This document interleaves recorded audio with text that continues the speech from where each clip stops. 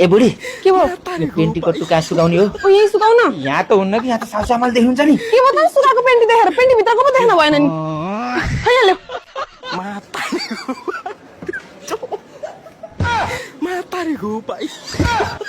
ए छोरी के हो यो ज्वाइँको कट्टु होइन ज्वाइँ सब तपाईको शरीरमा काँडै काँडा छ क्या पेन्टी कट्टुमा त पुवालै पुवाल छ त त्यही भएर मैले भनेको के ससुरालीमा नहुन्न घरे गएर नम्ला भने न न न भनिस् के त्यहाँ बेइज्जत भएन झन् यो पेन्टीमा अलिक कम पाल परे अर्को लाएर आवा त्यो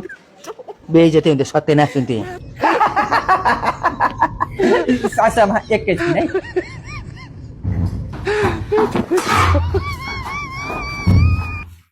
अब बल गरेर अगम बनी